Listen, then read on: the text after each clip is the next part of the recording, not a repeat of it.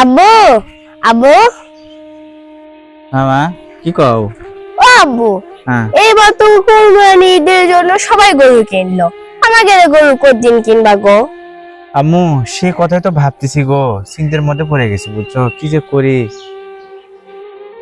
ও তো এটা খুব একটা ভাবনার মধ্যে ফেলে দিলে মা। বুঝছি তুমি কথা কিছু করছো না, তুমি মনে হয় এবার কুরবানি দিবে পাবো না, না ওই জন্য কথা করছো না। থাক। এ খোদা, এ কেমন প্রশ্নের সম্মুখীন করলে আমায়। মেয়েটা এমন প্রশ্ন করবে ভাবতেও পারেনি। আসলে কি বলবো, তারা তো সন্তান, তাদেরও তো একটা ইচ্ছা থাকে পিতা মাতার কাছে জানার। কি করবো আর, ভেবে কোনো কুল পাচ্ছি না।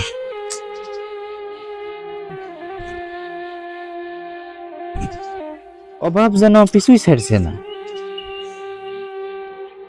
যাই দিন ভালো আসে দিন খারাপ, দাদি আর এমনি কয় না।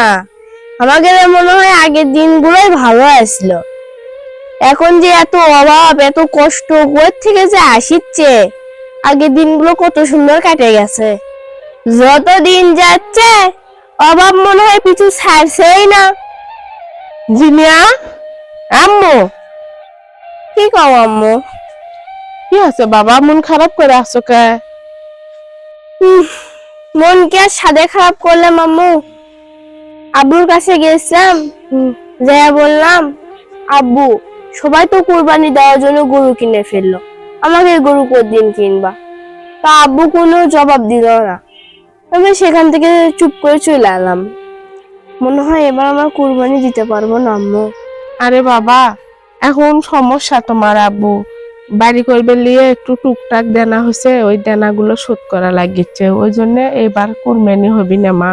মন খারাপ করো না, তোমার আব্বু চেষ্টা করছিল যতই কষ্ট হোক কুরবানিটা দিবি, তা হলো না। অনেক দেনা দপা, এখন কি করবা? না হয় মন খারাপ করো না, আল্লাহর রহমতে সামনে বাদ দেখা যাক। তোমার আব্বুর দেনাই শোধ হচ্ছে না, কেমনে কুরবানি দিবি? দেনা রেখে তো কুরবানিও দেওয়া যায় না। ওই পাড়া শফিক আর টুনির আব্বারা গরু কিনে নিয়ে যাচ্ছে, তাই আমার দিকে করছে তোর বাপকে এবার কুরবানির গরু কিনছে। আমি ওই যাওয়ার কোনো উত্তর দিবে পাইনি, ওটা আমার চুপ করে চলে আসার লাগছে। কুরবানির সময় সবাই এরকম জিজ্ঞাসা করে, আমরা গরু কিনছি, তোমার আব্বু কিনছে নাকি? ওটা কোনো ব্যাপার না, মন খারাপের কথা না। তোমার আব্বু প্রতিবাদ দেয়, এবার দিবার পাচ্ছে না। আর ঋণ থেকে কোনোদিন কুরবানি হয়? দেনা আছে না, মানুষ টাকা পায়, সেগুলো শোধ করতেই তো গেল এই কয়দিন, আরো আছে দেনা। ওই জন্য তোমার আব্বু করছে, এবার তো ছেলেরা অবশ্যই মন খারাপ করবি। আল্লাহ বাঁচে থুক, সামনে বার দেখি চেষ্টা করে কি হয়। আম্মু বুঝলেন, আমি না হয় বুঝিচ্ছি আমাদের পরিবারের পরিস্থিতি কি রকম, আশেপাশে মানুষ তো বুঝবি না, ভাববি ছাদ ঢালাই বাড়ি করিছে, মাথার উপরে একটা ছাদ হবি, টেকাও তো আছে লাখ লাখ, টেকা ছুঁয়ে ঘরের মধ্যে কুরবানি দিচ্ছে না। সবাই তো এরকম করে কবি, আমি কি মানুষক চিনি না?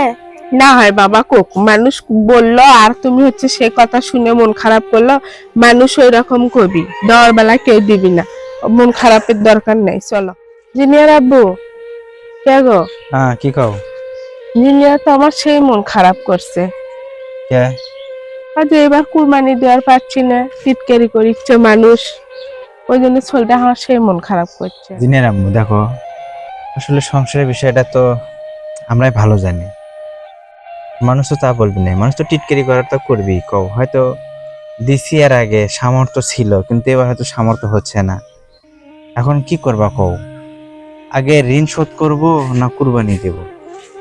তুমি তো সবই জানো, যে টাকা পয়সা হচ্ছে, যে ইনকাম করতেছি, তাকে তোমার ঋণ শোধ করতে আমার হিমশিম খাচ্ছি। এই জন্য তো এবার কুরবানিটা হচ্ছে না মনে হয় আমার। হোক, তুমি অত টেনশন করো না, আমাদের মেয়ে ছোট হলেও বুঝমান, বুঝালেই বুঝবি। হোক বলছি, ঋণ থুয়ে তো কুরবানি দেওয়া যায় না, তুমি অত টেনশন করো না, আল্লাহর রহমতে এবার দেইনি, সামনের বার দেখা যাক। সবাই তো সব সময় দিতে পারে না, তাই না?